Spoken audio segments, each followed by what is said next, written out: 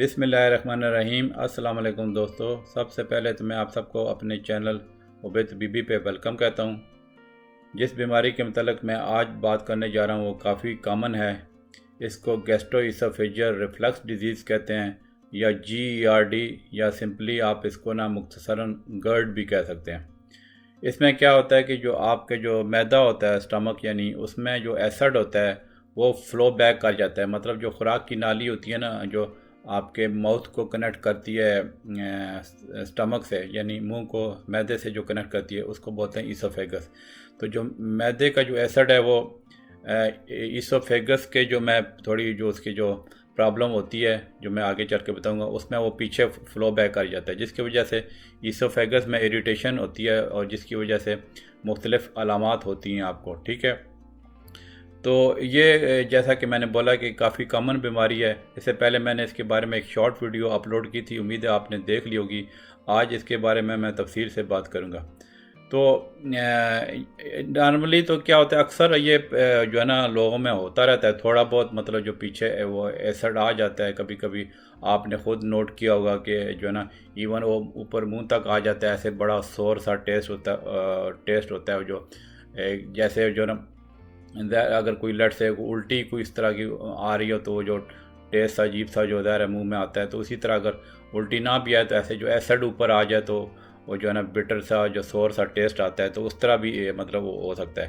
तो अगर तो ये जो अलामात मतलब ज़्यादा हो जाएं, ख़ास तौर पे अगर हफ्ते में 2 बार से ज़्यादा होना शुरू हो जाएं, तो आप ज़रूर जो है ना डॉक्टर को दिखाएं। काफ़ी लोगों को जब पेशेंट हमारे पास आते हैं तो उनको हम जो है ना सिंपल लाइफस्टाइल मेडिकेशन बताते हैं या सिंपल उसकी जो ओवर द काउंटर मेडिसिन मिल जाती हैं, उसी से ठीक हो जाते हैं। लेकिन कुछ लोगों में ये जो फिर जो है बीमारी काफ़ी क्रॉनिक हो जाती है और जो है ना फिर उनको प्रॉपर ट्रीटमेंट जो है ना मतलब प्रिस्क्रिप्शन पे मेडिसिन लिखना पड़ती है, या फिर जो है ना अगर बहुत ज़्यादा प्रॉब्लम हो जाए तो कभी कभी जो है ना सर्जरी यानी ऑपरेशन की भी ज़रूरत पड़ सकती है। तो चलें, पहले तो मैं आपको ना इसकी अलामात बता देता हूँ। तो इसकी जो सबसे जो कॉमन जो मतलब सिम्टम्स और साइंस होते हैं, उसमें क्या होता है कि जो पेशेंट हमारे पास आते हैं वो ये कंप्लेन करते हैं कि जी हमारे सीने में जलन हो रही है, जिसको आम लफ्ज़ों में हार्ट बर्न कहते हैं। ख़ास तौर पे वो बोलते हैं कि हम जो खाना खाते हैं और ख़ास तौर पे रात के टाइम पे वो ज़्यादा होती है। फिर ये है कि इसके अलावा कुछ पेशेंट जो है चेस्ट पेन की मतलब सीने में दर्द की शिकायत के साथ भी आते हैं।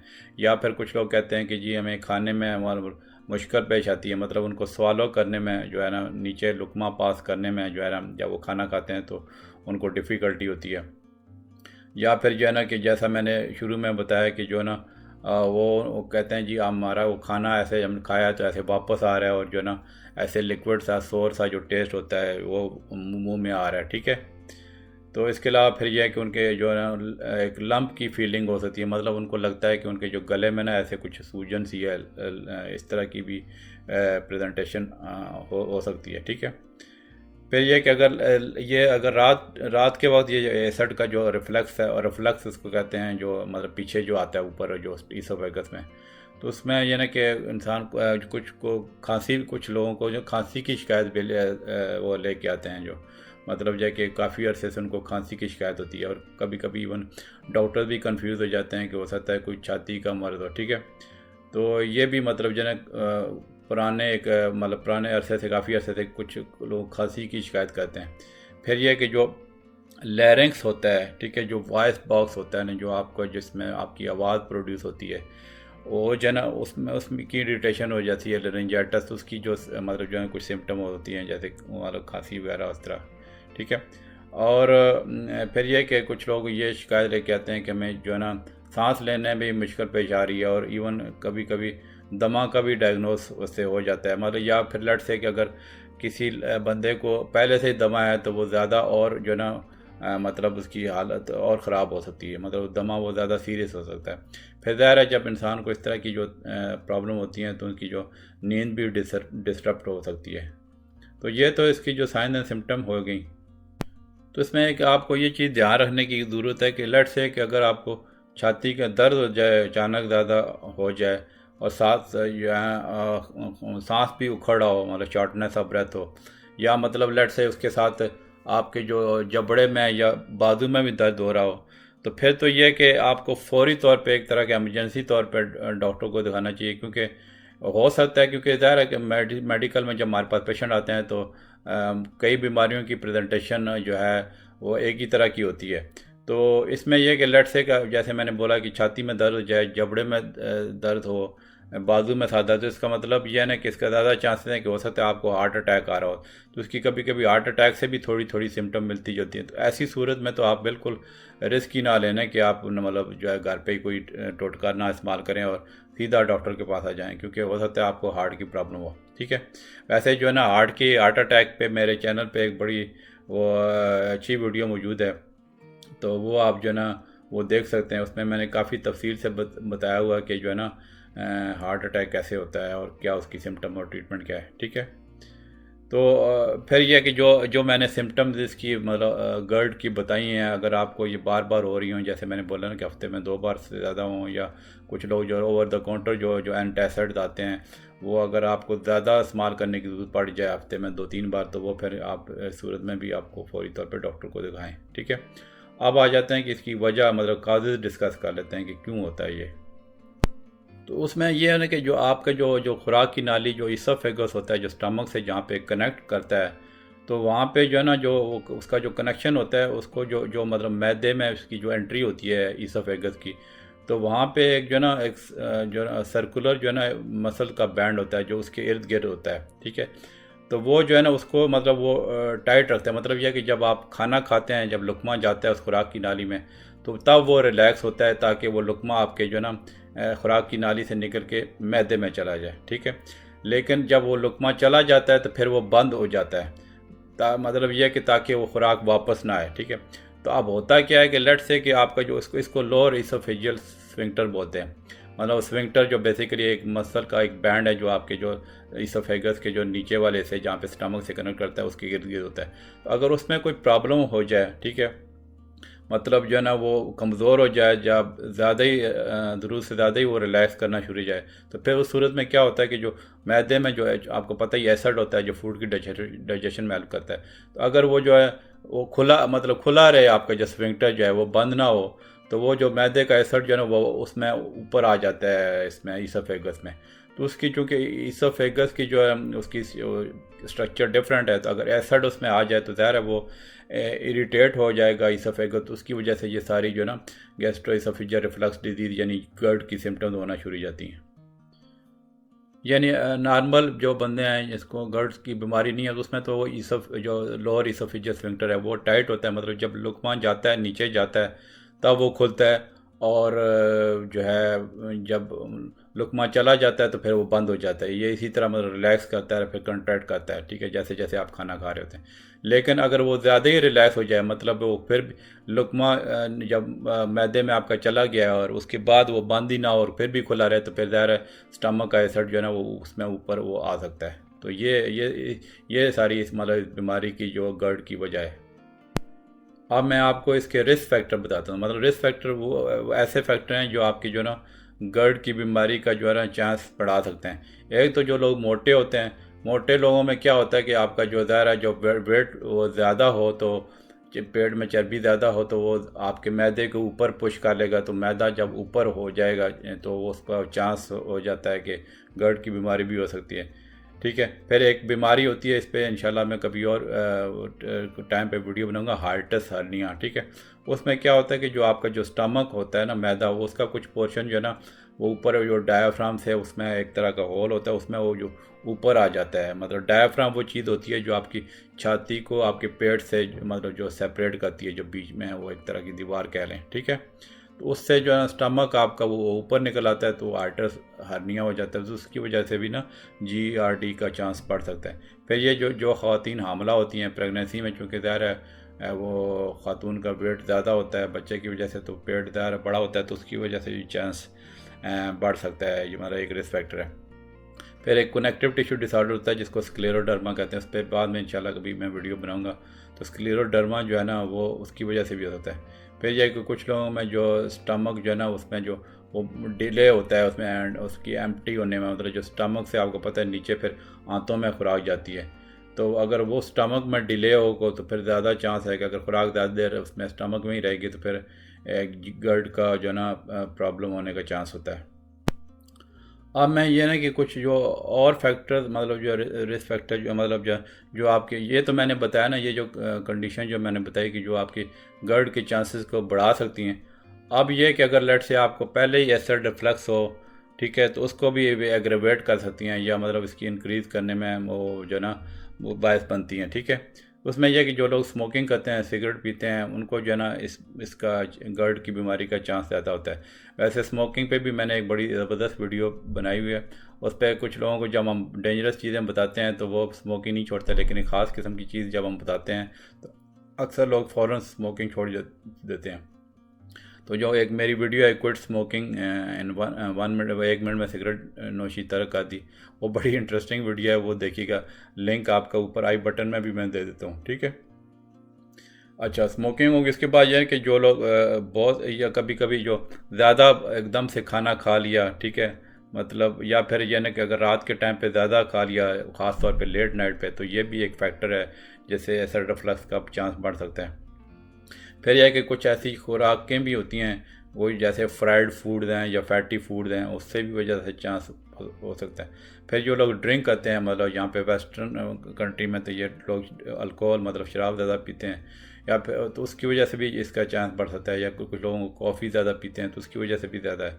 फिर यह कि जो कुछ लोग जो कुछ मेडिकेशन ले रहे हैं, मिसाल के तौर पे एस्प्रिन काफ़ी अरसे से, तो उनको भी जो ना ये भी एक फैक्टर है जो आपके जो एसिड रिफ्लक्स को बढ़ा सकता है, ठीक है। अब मैं आपको इसकी पेचीदगियाँ यानी कॉम्प्लिकेशन बता देता हूँ। तो इसकी कॉम्प्लिकेशन में ज़ाहिर है, एक तो यह है कि अगर वो आपके जो इसोफेगस के जो निचले हिस्से का जब बार बार एसिड आता है तो उसमें वो स्कार टिश्यू बन सकता है, ठीक है। ज़ाहिर है वो ये अपने आप को हील करने की कोशिश करता है टिश्यू, तो वो जो है ना उसमें स्कारिंग हो सकती है। तो जब स्कारिंग होगी तो फिर यह है कि वो नैरो हो सकता है, मतलब तंग, आपकी खुराक की नाली तंग हो सकती है, जिसकी वजह से आपको जो खाना सही नहीं पास हो सकता और मतलब स्वालो करने में मुश्किल हो सकती है। फिर इसके अलावा जो स्टमक का एसिड ज़ाहिर अगर इसोफेगस में बार बार जाएगा तो उसके वो टिश्यू को डैमेज कर सकता है, तो उसमें वो अल्सर बन सकता है। तो अगर अल्सर बनेगा तो उसकी अंदर ब्लीडिंग हो सकती है, जिसकी वजह से दर्द हो सकता है और ज़ाहिर स्वालो करने में मुश्किल पेश आ जाती है। फिर यह कि जब बार बार एसिड जाता है कि जो आपकी जो लोअर इसोफेगस का जो टिश्यू है उसको चेंज कर सकता है, ये जो है ना, जिसकी वजह से ना उसको एक कंडीशन होती है जिसको हम बैरेट इसोफेगस कहते हैं। तो उसमें यह ना कि अगर इस तरह की कंडीशन मतलब लॉन्ग टर्म जो आपका एसिड बार बार इसोफेगस को लगे, तो वो जो है उसकी जो इन्फ्लेमेशन की वजह से ना वो उसकी जो चेंज हो जाती है टिश्यू, तो उसको बैरेट इसोफेगस, तो इससे बैरेट इसोफेगस वाली सिचुएशन हो जाए तो उससे ये एक प्री कैंसरस कंडीशन है, मतलब जो है ना इसोफेगस का कैंसर होने का ख़तरा हो सकता है। अब आ जाते हैं कि इसको हम डायग्नोज कैसे करते हैं। तो इसमें यह कि जो ज़ाहिर है जब पेशेंट हमारे पास हिस्ट्री लेके आते हैं, जिस तरह की सिम्टम्स हमें बताते हैं, तो फिर या हम जनरल फिजिकल एग्जामिनेशन वगैरह करते हैं, तो उस पर कभी कभी जो ना उस पर हिस्ट्री और एग्जामिनेशन की बेसिस पर डायग्नोज हम कर सकते हैं। लेकिन यह कि उसको डायग्नोसिस को कंफर्म कराने के लिए हम फिर कुछ टेस्ट एडवाइस करते हैं। तो उसमें जो है हम अपर एंडोस्कोपी करवा सकते हैं टेस्ट में, ठीक है। उसमें एक पतली सी जो फ्लेक्सिबल ट्यूब होती है जिसके साथ जो है ना लाइट और कैमरा होता है, एंडोस्कोप मतलब, वो आपके जो थ्रोट से पास करके हम आपके जो ईसोफेगस और स्टमक की जो इनसाइड है वो चेक कर सकते हैं।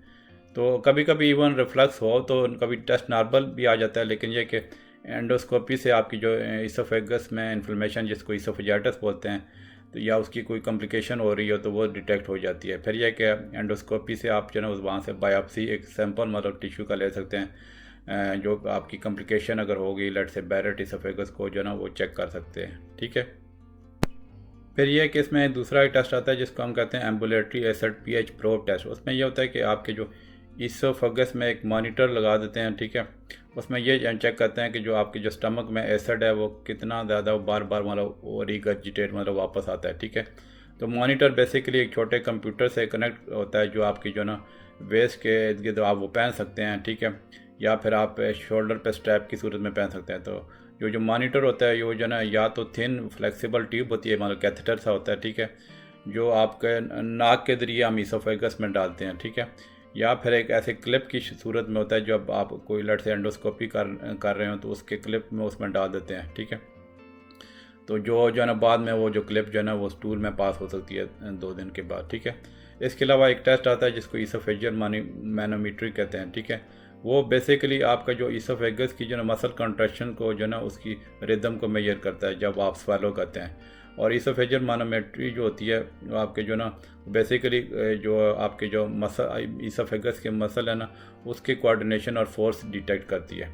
फिर यह कि हम कभी बेरियम स्वेलो मतलब जो एक्सरे होते हैं जिसके साथ वो हम चाकी लिक्विड आपको पिलाते हैं, ठीक है, वो आप चेक कर सकते हैं। जो आपकी जो डाइजेस्टिव ट्रैक मतलब ईसोफेगस स्टमक की जो उसमें लाइनिंग वो डिटेक्ट कर सकता है कि उसकी मतलब जो है ना कोई मतलब आपके जो ईसोफेगस के अंदर या स्टमक या पर ये मतलब जो बेरियम के जो टेस्ट होते हैं जैसे बेरियम स्मेलो या बेरियम मील, उसमें यही पता चलता है कि आपका जो ईसोफेगस स्टमक और अपर इंटेस्टाइन में कोई उस तरह की प्रॉब्लम तो नहीं है, ठीक है। तो उसमें वो जो है आप अगर मतलब ईसोफेगस के लिए अगर कराएं तो उसमें ईसोफेगस की जो ना आपकी जो अगर वो नैरो हुआ तंग हुआ तो वो चेक कर सकते हैं, ठीक है, बेरियम वाले टेस्ट से, ठीक है। अब आ जाते हैं इसकी हम ट्रीटमेंट कैसे करते हैं। तो इसमें जैसा कि मैंने शुरू में बोला, अगर ज़्यादा प्रॉब्लम ना हो मतलब थोड़ा मतलब बहुत सीवियर केसेस ना हो तो इसमें जो एक एंटासिड जो सिंपल अक्सर वो ओवर द काउंटर खुद ही लोग लेते रहते हैं, माइलेंटा के नाम से आता है। उसमें ये होता है कि ये जो क्विक मतलब जल्दी से आपको आराम आता है वो बेसिकली, लेकिन ये एंटासिड उससे हीलिंग नहीं होती जो आपका जो स्टमक एसिड से जो डैमेज हुआ है इसोफेगस का। तो लेकिन ये थोड़ा जल्दी आराम के लिए तो ये कारआमद हो सकते हैं। इसके अलावा एंटासिड के साइड इफ़ेक्ट्स होते हैं जैसे डायरिया या कभी कभी किडनी प्रॉब्लम होती है।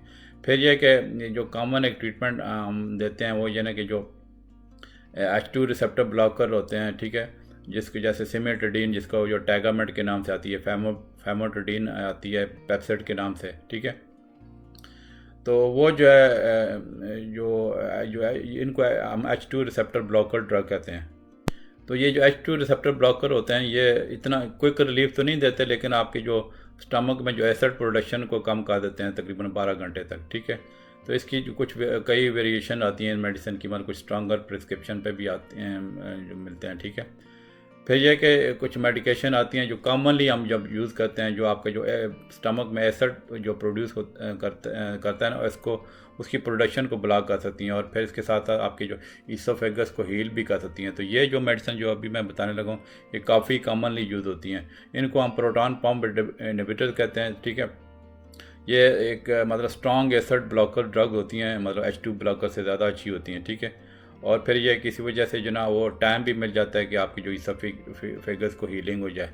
तो उसमें जो है ना कि काफ़ी वो ड्रग्स आती हैं, जैसे वो नेक्सियम, इस इमोप्राजोल ओरिजिनल नेम है, नेक्सियम के नाम से वो जो आती है ड्रग, लेंजोप्राजोल वो एक आता है, फिर ओमेप्राजोल आती हैं, ठीक है।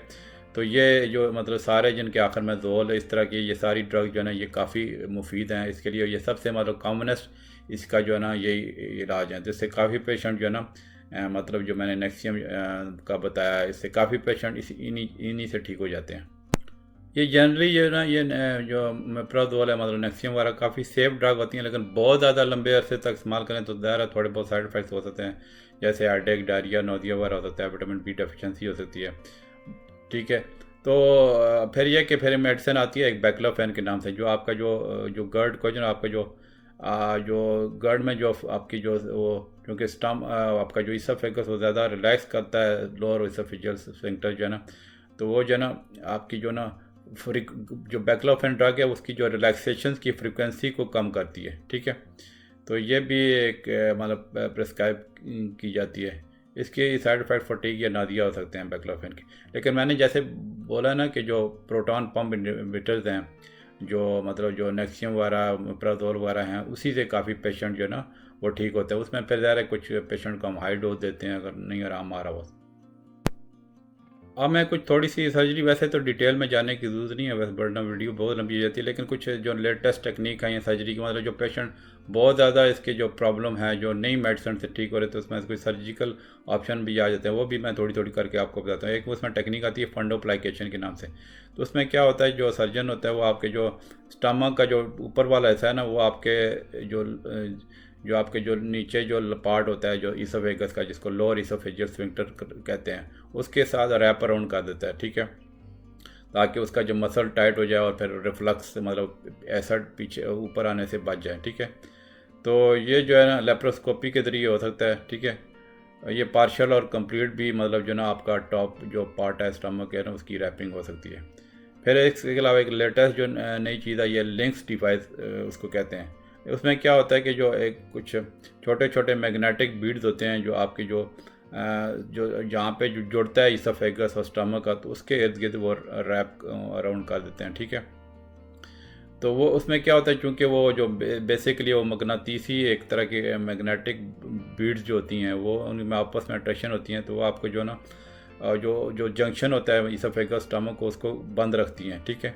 मतलब इतना उतना उनकी जो स्ट्रेंथ होती है वो इतनी बंद रखती हैं कि आपका जो एसिड है वो ऊपर ना आए, लेकिन वो इतना बहुत ज़्यादा स्ट्रांगली भी बंद नहीं करती कि मतलब आपकी खुराक ही नीचे पास ना हो। तो मतलब ये एक बड़ी एक अच्छी टेक्निक है लिंक्स डिवाइस की, ठीक है। तो ये मिनिमल इन्वेसिव सर्जरी से जो लिंक्स डिवाइस आपके उसमें अंदर रखी जा सकती है। फिर मैं इसमें एक और नई टेक्निक आई है जिसको TIF यानी ट्रांस ओरल इंसिजन लेस फंडोप्लाइकेशन कहते हैं। उसमें क्या होता है कि जो आपका जो उसमें भी बेसिकली आपकी जो लोअर इसोफेजियल स्फिंक्टर है जहाँ पे प्रॉब्लम होती है उसको एक तरह का टाइटन करते हैं, ठीक है। वो जो आपका जो एक तरह का पार्शल जो रैप कर देते हैं जो ना वो मटेरियल आता है पॉलीप्रोपाइलिन फास्टनर्स जो ना उससे ना वो पार्शल रैप कर देते हैं उसके इर्द गिर्द जो ना लोअर इसोफेजियल के, ठीक है। तो ये इसका ये फ़ायदा होता है जो TIF का फ़ायदा ये होता है कि ये आपके मुंह के ज़रिए एक मतलब डिवाइस मतलब एंडोस्कोप के ज़रिए वो आप कर सकते हैं, जिसमें सर्जिकल इंसिजन देने की जरूरत नहीं पड़ती। तो इसका एक एडवांटेज है कि इसका रिकवरी टाइम क्विक है और जो है इसकी टॉलरेंस बहुत अच्छी है, ठीक है। तो अगर तो कोई किसी पेशेंट का साथ हार्टल हड्डियाँ भी है तो वो सिर्फ TIF से नहीं ठीक होता, उसके अलावा जो ना लेप्रोस्कोपिक जो हार्टल हर्निया की रिपेयर के साथ अगर TIF किया जाए तो वो इफेक्टिव हो सकती है। अब मैं इसके कुछ आपको लाइफस्टाइल एंड होम रेमेडीज बताता हूँ, ये बड़े ध्यान से सुनने वाली चीज़ें हैं। तो आप मेरी वैसे मेडिकल की वीडियोस बहुत इंपॉर्टेंट होती हैं, आप कोई भी चीज़ मिस ना किया करें शुरू से लेकर आखिर तक, क्योंकि ये कोई इस तरह की कोई और मतलब सेहत ज़ाहिर है वो कहते हैं जान है तो जान है, तो उसमें एक एक पॉइंट इंपॉर्टेंट है। तो 12 ये जो लाइफस्टाइल एंड होम रेमेडीज जो है ना ये बहुत इंपॉर्टेंट मतलब आपके इलाज कैसे हैं तो वो नोट कर रहे हैं। एक तो ये है कि जिन लोगों का वज़न ज़्यादा है उसकी वजह से मैंने बताया ना कि जब पेट बड़ा हो तो वो ऊपर पुश कर देगा स्टमक को, तो आप वो वज़न अपना जो है ना वो कम रखें, ठीक है। तो वज़न जो ओबेसिटी का प्रॉब्लम भी काफ़ी कॉमन है, ओबेसिटी पे भी मैंने एक बड़ी ज़बरदस्त वीडियो बनाई हुई है, इसी चैनल पे मौजूद है। मतलब वज़न कम करने और जो उसका सारा मैंने ओबेसिटी बताते खुद एक बीमारी है, तो वो वीडियो आप देख सकते हैं। तो उसमें मतलब सारा मैंने बताया हुआ कि कैसे उसके तरीके हैं कम करने के सारा, ठीक है। फिर यह कि जैसा पहले मैंने स्मोकिंग चूँकि एक रिस्क फैक्टर है तो स्मोकिंग को आप बंद कर दें, ठीक है। और उसकी वजह से आपका जो लोअर इसोफेजियल स्फिंक्टर है वो उसका फंक्शन अच्छा हो सकता है, ठीक है। फिर यह है कि जिन लोगों को इस तरह की प्रॉब्लम बार बार होती है मतलब चूँकि एक क्रोनिक की बीमारी होती है मतलब काफ़ी लंबे अरसे इस तरह की चलती है, तो उनको हम रिकमेंड करते हैं कि आपका जो ना जो आप सोते हैं तो आपके जो बेड का जो सर जहाँ पे आप सर रखते हैं ना उस साइड पे ना आप जो है ना उसको ऊंचा कर दें, मतलब 6 से 9 इंचज़।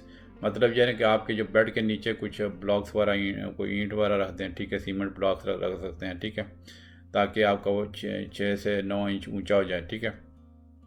तो इसमें यह है क्या रहे कुछ लोग वो सिर्फ तकिए वो नीचे रख लेते हैं सर के नीचे, तो तकिए इतने काम नहीं ख़ास करते। आप बेड को ही ना आप ऊंचा कर लें मतलब जहाँ पे जिस साइड पे आपका सर है, ठीक है, ताकि आपके मतलब वेस्ट से ऊपर जो आपका हिस्सा है वो थोड़ा ऊंचा रहे, ठीक है। फिर यह कि एक बहुत इंपॉर्टेंट बात है कि हम ये लोग कहते हैं हम अक्सर जो पेशेंट को, ये तो वैसे सेहत के लिए भी एक अच्छी चीज़ है कि हम कहते हैं कि जो ना जब आप खाना खाएं ना तो उसके फ़ौरन बाद ना सोएं। अक्सर लोगों को ये आदत होती है खाना रात का खाया और फटाफट सो गए, तो ये आदत इतनी अच्छी नहीं है। उसमें यह कि आप जो ना कम अज़ कम खाना मिसाल के तौर पे अगर आपने 8 बजे खाया तो कम अज़ कम 3 घंटे का ज़रूर वक्फा किया करें। तो कुछ लोग कुछ बुक्स 4 घंटे भी कहते हैं और 3 से 4 घंटे का मतलब वक्फा किया करें। तो लेट से कि 8 बजे खाना खाया तो आप फिर 11 बजे सोएं, या लेट से अगर जल्दी 6 बजे खाना खाया तो आप फिर 9 बजे तक सो सकते हैं, ठीक है। फिर यह है कि हम जो खुराक कुछ लोगों को बहुत फटाफट जल्दी पड़ी थी खाना खाने में, तो उसमें हम ये कहते हैं कि आप आस्ता आस्ता चबा के खाएं ताकि मतलब एक एक लुकमा सही तरह आपका नीचे चला जाए, चबा के खाएं, फिर आस्ता आस्ता मतलब खाना खाएं तो ताकि आपकी स्वेलिंग जो है ना वो ठीक रहे। फिर यह है कि जो फूड्स होती हैं जो जैसे मैंने बताया जिस जो आपके जो रिफ्लक्स को बढ़ाती हैं। जैसे जो ना फैटी या फ्राइड फूड हैं, जैसे मतलब टोमेटो सॉस होगी, या जो लोग ड्रिंक करते हैं अल्कोहल, चॉकलेट से भी इससे थोड़ा रिस्क बढ़ जाता है। मिंट होती है, फिर गार्लिक जो है, मतलब ये जो थोम होता है, ऑनियन, प्याज जो है ना, और कॉफ़ी, कैफ़ीन जो है ना, तो ये जो थोड़ी जो खुराकें हैं ना, इससे थोड़ा सा ना ये आपका जो ना एसिड रिफ्लक्स जो है ना वो ज़्यादा मतलब रिफ्लक्स को बढ़ा सकती हैं। तो ये भी इनसे आप एहतियात करें, ठीक है। फिर यह है कि कुछ लोग बहुत टाइट टाइट कपड़े पहनते हैं, जो आपकी जो कमर पे प्रेशर डालते हैं। तो टाइट कपड़ों की वजह से जो ना वो प्रेशर ज़्यादा है, अगर पेट पे ज़्यादा प्रेशर पड़ रहा है, ठीक है, तो वो अगर वो फिर आपके जो ना नीचे दायरा जो इसोफेगस का नीचे और लोअर इसोफेजियल स्फिंक्टर है, उस पर भी प्रेशर डाल सकता है, तो उसकी वजह से रिफ्लक्स पड़ सकता है। तो बहुत ज़्यादा जो ना टाइट आप कपड़े भी ना पहने, ठीक है। फिर यह कि कुछ वो ऑल्टरनेटिव मेडिसिन का इसका कोई ख़ास रोल नहीं है। मतलब ये जो देसी हकीम और ये जो ये इवन मैंने ये देखा है यूट्यूब पे भी जो ना वो बड़े बड़े वो जो बीमारियां ठीक करने के लिए दावे, वो पता नहीं क्या क्या उन्होंने कुछ डाले होता होता कुछ पता होता नहीं है, और जनाब इधर आके वो बने होते हैं हकीम। तो ये बड़ा एक तरह के लोगों को गुमराह करें। मेरा बेसिकली चैनल बनाने का एक ये बहुत बड़ा भी मकसद ये है कि मैं ऐसे लोगों को बेनकाब करूं, क्योंकि जो ना ये जो कुश्ते और दवाइयाँ बनाए होती हैं कि फ़लाँ खा लें जी, वो जनाब इतने इतने दावत करते हैं कि बिल्कुल जनाब एक वो चम्मच ले लें सब कुछ ठीक हो जाएगा जनाब। ऐसे वो बहुत ख़तरे वाली बातें हैं, तो उन कुश्तों से परहेज़ करें, ठीक है। तो ये जो ना हमेशा आप डॉक्टर से जो ना क्वालिफाइड डॉक्टर से ना आप इलाज करें, क्योंकि अब लेट से कुछ लोग तो इवन एक और बहुत बड़ी गलती करते हैं कि डॉक्टर की भी साथ दवाई खा रहे हैं, और ईमाना वो नुस्खे भी साथ साथ ट्राई कर रहे थे। तो वो बहुत ज़्यादा डेंजरस होता है, क्योंकि अगर वो मेडिसिन के साथ उसका दूसरी भी आप कीमाना दवाई भी खा रहे हैं, तो वो साइड इफ़ेक्ट और बढ़ सकते हैं, ठीक है। तो ये बड़ा डेंजरस हो सकता है, ठीक है।